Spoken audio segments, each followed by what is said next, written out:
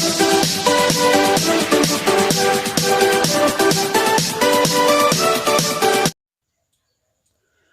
Morning student, मैं राहुल पटेल एक बार फिर आपका हार्दिक स्वागत करता हूं आपके अपने ही चैनल RKCI एकेडमी दमोह पर। जैसा कि आपको पता है कि हम यहाँ आपको एग्जाम के पॉइंट ऑफ व्यू से महत्वपूर्ण प्रिपरेशन कराते रहते हैं। तो आज मैं आपके लिए लेके आया हूँ एनवायरमेंटल स्टडी का पार्ट 3, जिसमें हम बात करेंगे प्रदूषण के बारे में। इससे पहले मैंने पॉल्यूशन के ऊपर से एक लेक्चर बना दिया है, लेकिन इसमें थोड़ा सा आज उसके आगे डिस्कस करेंगे। तो चलिए स्टार्ट करते हैं इस इंपॉर्टेंट सेशन को। इस सेशन को स्टार्ट करने से पहले मैं आपको बता दूं कि यदि आप हमारे यूट्यूब चैनल पर नए हैं तो हमारे चैनल को सब्सक्राइब करें, बेल आइकन क्लिक करें, जिससे आने वाली वीडियो का नोटिफिकेशन आपके पास सबसे पहले पहुंच सके। और हमारे चैनल पर आपको कोई भी टेट एग्जाम हुआ, जैसे MP टेट हो गया, C टेट हो गया, UP टेट हो गया, रीट हो गया, DSSB हुआ, कितने भी एग्जाम जो आपके CBSE और MPBSE द्वारा कंडक्ट किए जाते हैं, उन सभी की प्रिपरेशन यहाँ पर कराई जाती है। तो चलिए स्टार्ट करते हैं इंपॉर्टेंट सेशन को। तो आज इस सेशन में हम डिस्कस करने जा रहे हैं प्रदूषण के बारे में। इससे पहले हमने प्रदूषण के बारे में थोड़ा सा डिस्कस कर लिया था, लेकिन आज मैं रिव्यू के तौर पर आपको थोड़ा सा और डिस्कस करा दूं।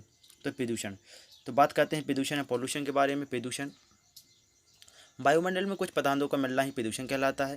यह दो प्रकार के होते हैं। मैं थोड़ा सा फास्ट चलूँगा क्योंकि मैं इसको एक बार आपको एक्सप्लेन कर चुका हूँ। तो बात करते हैं प्राथमिक प्रदूषण की। तो यह सीधे तौर पर क्या करते हैं, प्रभावित करते हैं। उदाहरण के लिए जैसे आपका प्लास्टिक हो गया, CFC हो गया, DDT हो गया, SO2 हो गया, सल्फर डाइऑक्साइड हो गया, है ना, और कार्बन मोनोऑक्साइड CO हो गया। इसके बाद बात करते हैं द्वितीयक के बारे में। द्वितीयक प्रदूषक, तो इनका निर्माण प्राथमिक प्रदूषकों के मिलने से होता है, जैसे इसमें ओजोन हो गया, धुआंसा हो गया इत्यादि। अब घटक के आधार पर, तो बात करते हैं अब घटक के आधार पर। तो अब घटक के आधार पर दो प्रकार के होते हैं, एक होता है ड्रिगेबल, एक होता है नॉन ड्रिगेबल। बात करते हैं ड्रिगेबल की। इन प्रदूषकों को सूक्ष्म जीवों द्वारा अपघटन हो जाता है ना, उनके द्वारा अपघटन किया जाता है। जैसे जानवरों का गोबर हो गया, मृत जानवर हो गए, मल इत्यादि हो गया। ओके, इसके बाद बात करते हैं नॉन ड्रिगेबल। नॉन ड्रिगेबल वो कहलाते हैं जिनका अपघटन नहीं होता है। जैसे बात करते हैं नॉन ड्रिगेबल की, तो इसमें जैसे प्लास्टिक हो गया, कांच हो गया, DDT, CFC, क्लोरोफ्लोरोकार्बन हो गया, इसकी प्रमुख क्या है, घटक हैं। इसके बाद बात करते हैं वायु प्रदूषण के बारे में कि वायु प्रदूषण है क्या। तो एयर पॉल्यूशन, तो यह प्रदूषण वायु में अवांछनीय पदार्थों के मिलने से होता है। वायु में अनावश्यक पदार्थों का मिलना ही क्या कहलाता है, वायु प्रदूषण कहलाता है। इसको दो भागों में बांटा गया है, एक आपका हो गया गैसों के रूप में, एक हो गया छोटे कणों के रूप में। तो PM का फुल फॉर्म होता है पार्टिकुलेट मैटर। तो इसमें एक श्वसनीय होता है, क्या होता है, अश्वसनीय होता है। ओके, इसके बाद थोड़ा सा आगे चलते हैं।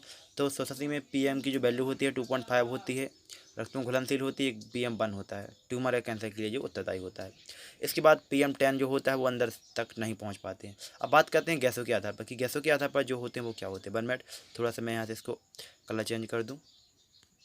हाँ, 1 मिनट रुक जाओ थोड़ा सा। ओके, तो इसके बाद चलते हैं थोड़े से और। तो बात करते हैं सबसे पहले SO2 या सल्फर डाइऑक्साइड के बारे में कि सल्फर डाइऑक्साइड है क्या। स्रोत, तो ईंधन के जलने से, चारकोल के जलने से, जो चारकोल होता है उसके जलने से, केवले के जलने से उत्पन्न होती है। प्रभाव, इसके द्वारा आंखों में खुजली होने लगती है, फेफड़ों का प्रभावित होना, अम्लीय वर्षा का होना इसका प्रमुख कारण होता है। इसके बाद बात करते हैं CO, कार्बन मोनोडाइऑक्साइड की। कार्बन मोनोडाइऑक्साइड है क्या, तो स्रोत इसका कोयला एवं सिगरेट के जलने से, सिगड़ी हीटर को बंद कमरे में जलाने से, है ना, और यह सबसे ज़्यादा रक्त में घुलनशील होती है। इसके बाद बात करते हैं, थोड़ा सा और आगे चलते हैं। इसके द्वारा मृत्यु भी हो सकती है। इसको स्लो पॉइजन के नाम से जाना जाता है। कभी कभी क्वेश्चन पूछ लिया जाता है एग्जाम में कि स्लो पॉइजन किसे कहा था। स्लो पॉइजन के नाम से आपकी जो CO है, कार्बन मोनोऑक्साइड को जाना जाता है। इसके बाद बात करते हैं CFC की कि CFC क्लोरोफ्लोरोकार्बन, तो यह ठंडा करने वाले उपकरणों जैसे AC, फ्रिज में इसका उपयोग किया जाता है। CFC ओजोन परत को नुकसान पहुंचा रही है, आपको हाईलाइट करने की ज़रूरत है, क्योंकि जो CFC है इसका प्रमुख रीजन क्या है कि जो आपकी ओजोन लेयर है उसको हानिकारक है, आप इसको हानि पहुँचा रही है। इसके बाद बात करते हैं CO2 की, कार्बन डाइऑक्साइड 0.04। तो यह मानव द्वारा उत्सर्जित की जाती है। यह सबसे बड़ी भारी गैस होती है। इसके वैश्विक तापमान में वृद्धि होने का प्रमुख कारण है। इससे क्या होती है, वैश्विक तापमान में वृद्धि होती है। इसके बाद बात करते हैं धुआंसा के बारे में कि धुआंसा है क्या। तो यह धुआंसा धूल, जलवाष्प आदि से बनता है। प्रभाव इसका क्या है कि श्वसन तंत्र, आँखों तथा विटामिन D को कम करता है। सामान्यतः यह शीत ऋतु में दिखाई देता है, पीले काले बादल इसके जैसे बनते हैं। इसके बाद बात करते हैं उड़ान राख की। उड़ान राख है क्या, तो यह कोयले के जलने से बनती है एवं हमारे श्वसन तंत्र को प्रभावित करती है। यह समस्या मेघालय के जो रेड होल है उसके नज़दीक देखी जा सकती है। लेकिन आपको याद रखने की ज़रूरत है कि इसका जो निर्माण होता है, इसका निर्माण ठोस जलने पर होता है, जैसे SI हो गया, AI हो गया, है ना, आपका MG हो गया, जो पृथ्वी पर आते हैं। इसके बाद बात करते हैं इसके प्रभाव की। तो प्रभाव में तो श्वसन रोग इससे प्रभावित होता है, अम्लीय का बढ़ना, पत्तियों के रंध्रों का नष्ट होना इसका प्रमुख कारण होता है। उपयोग, तो रेलवे स्लीपर में इसका उपयोग किया जाता है और उर्वरकों के रूप में भी इसका प्रयोग किया जाता है। और आपको याद रखने की बात है, हाईलाइट वाला पॉइंट है कि ओनारा का सबसे ज़्यादा जो प्रयोग है महाराष्ट्र राज्य करता है। कौन सा राज्य करता है? महाराष्ट्र। ओके, इसके बाद बात करते हैं सूचकांकों के आधार पर। तो यहाँ पे परसेंटेज दी हुई है, आप इसको रीड कर सकते हैं। चाहे तो मैं आपको एक बार बता दूं कि 0 से 50 तक नॉर्मल होता है जो ग्रीन होता है, 51 से 100, 51 से 100 तक ये येलो होता है, और 101 से 200 के समथिंग ऑरेंज होता है ना, और 300 से 400 के बीच आपका रेड होता है, और 400 से 500 के बीच आपका डार्क रेड होता है। इसके बाद थोड़ा सा यहाँ पे वैल्यू मिस हो गई है, 200 से 300 के बीच आपका वायलेट आएगा, है ना। इसके बाद बात करते हैं WHO की। WHO हो क्या? हमेशा क्वेश्चन पूछ लिया जाता है कि WHO का फुल फॉर्म क्या है। तो वर्ल्ड हेल्थ ऑर्गेनाइजेशन की रिपोर्ट के अनुसार PM10 सबसे अधिक दिल्ली और PM 2.5 कानपुर में है। WHO वर्ल्ड हेल्थ ऑर्गेनाइजेशन कहलाता है। इसका जो फुल फॉर्म होता है विश्व स्वास्थ्य संगठन। इसका जो मुख्यालय है वो जिनेवा स्विट्जरलैंड में है। ओके, कभी कभी यहाँ से मोस्टली आपका क्वेश्चन पूछ लिया, तो आपको ये दोनों फैक्ट याद होना बहुत ज़रूरी है। ओके, इसके बाद अब चलते हैं थोड़ा सा जल प्रदूषण की ओर कि जल प्रदूषण है क्या। तो जल में अनावश्यक पदार्थों का मिलना ही जल प्रदूषण कहलाता है। जल प्रदूषण का कारण देखते हैं कि क्यों ये फैलता है। तो उद्योग फैक्ट्री से निकला रसायन, थर्मल पावर प्लांट से निकली गर्म जल, और सीवेज की समस्या, इससे क्या होता है? जल प्रदूषण होता है। अब बात करते हैं BOD की। तो BOD क्या कहलाती है? BOD यह जल में पाई जाती है, इसका उपयोग जलीय जीवों द्वारा किया जाता है। अब बात करते हैं BOD की। आखिर BOD है क्या? तो BOD बायोलॉजिकल ऑक्सीजन डिमांड कहलाती है।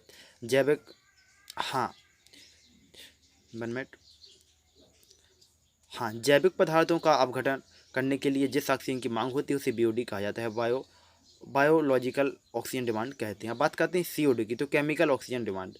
केमिकल ऑक्सीजन डिमांड का मतलब क्या होता है? 1 मिनट। तो केमिकल ऑक्सीजन डिमांड जो होती है, सभी ऑक्सीजन के लिए अपघटन के लिए जो ज़रूरत होती है CO2 की आवश्यकता होती है। इसके बाद थोड़ी सी और आगे चलते हैं, बात करते हैं BOD की। BOD है क्या? तो BOD एवं COD का बढ़ना जल प्रदूषण है या जल प्रदूषण को प्रभावित करता है। अब बात करते हैं ध्वनि प्रदूषण की, नॉइज पॉल्यूशन। तो आसानी ध्वनि को ही ध्वनि प्रदूषण कहा जाता है। इसके बाद चलते हैं कि ध्वनि प्रदूषण कैसे फैलता है। तो इसका जो रीजन है, ज्वालामुखी की प्रक्रिया, उद्योग, भारी वाहन और अधिक आवाज़ वाले संगीत, इससे ध्वनि प्रदूषण होता है। अब बात करते हैं इसके प्रभाव से। तो धड़कनों का बढ़ना, बहरापन हो जाना।